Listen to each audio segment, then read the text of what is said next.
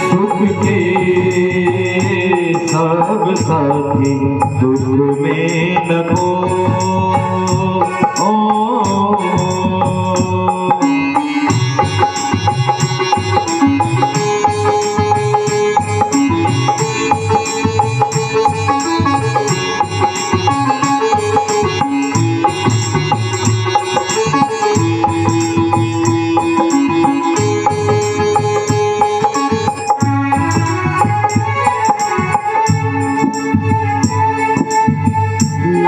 कुछ मेरा ना कुछ तेरा, ना कुछ तेरा ना कुछ मेरा, ना कुछ तेरा ना कुछ मेरा। ये जग जोगे बाला फेरा, राजा हो या रंग सभी का, राजा हो या रंग सभी का, अंत एक सा हो। सुख में सब साथी दुख में न हो। मेरा मेरे राम तेरा नाम एक साचा तू जान हो।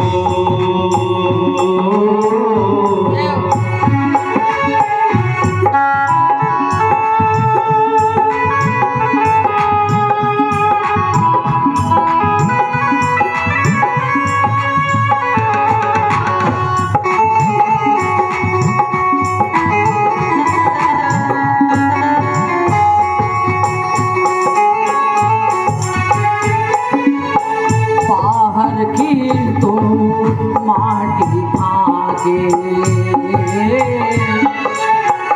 बाहर की तो माटी भागे, मन के अंदर क्यों ना झांके, मन के अंदर क्यों ना झांके।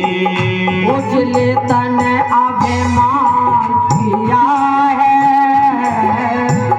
उजले तन को मान किया है, मन का मैल ना धो। सुख के सब साथी दुख में न हो।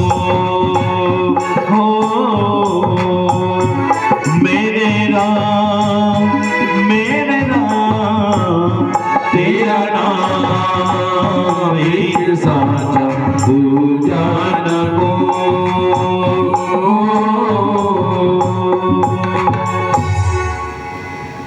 हम तेरे मेरे में लगे हैं, तेरा मेरा ये माया है। मैं और मोर तोरते माया, यही बस कीन्यो जीव ने काया। हर प्राणी हर जीव मैं और मोर में फंसा पड़ा, तेरा मेरा।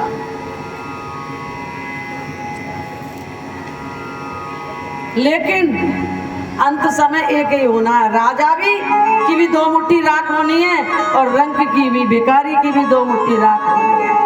हाँ, ये नहीं कि राजा की में बड़ी महक आ रही होगी और रंक की में दुर्गंध आ रही होगी, दो मुट्ठी राख। इसलिए शमशान मां जाकर के सबकी शान समान हो जाएगी, इसलिए उसको शमशान कहते हैं। मां जाके कहा जहां पर ये बॉडी जलेगी, मां जाके सब राजा और रंक की शान समान है, इसलिए उसका नाम शमशान है। थोड़ा शमशान का भी ध्यान कर लिया करो, जैसे ये मैं और तोर निकल जाए। बाहर की बाहर बगे डोल रहे, कभी मां जा रहे हैं, बाहर की तू माटी फांक है, दुनिया की माटी फांक के डोल रहे, लेकिन थोड़ा सा ध्यान लगा के बैठ। इसके अंदर झांक, अंदर उसकी ज्योति जल रही है। जिसने अपने को जान लिया, अपने स्वरूप को जान लिया, समझ लो परमात्मा को जान लिया। हाँ? बैठ के थोड़ा अपने अंदर देख।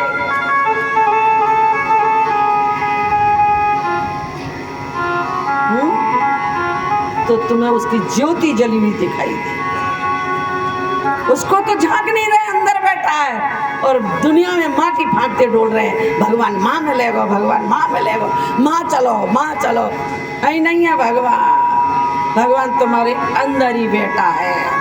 कस्तूरी कुंडल बसे और मृग ढूंढे बनमाह है, और ऐसे घट घट राम है दुनिया दीखत ना।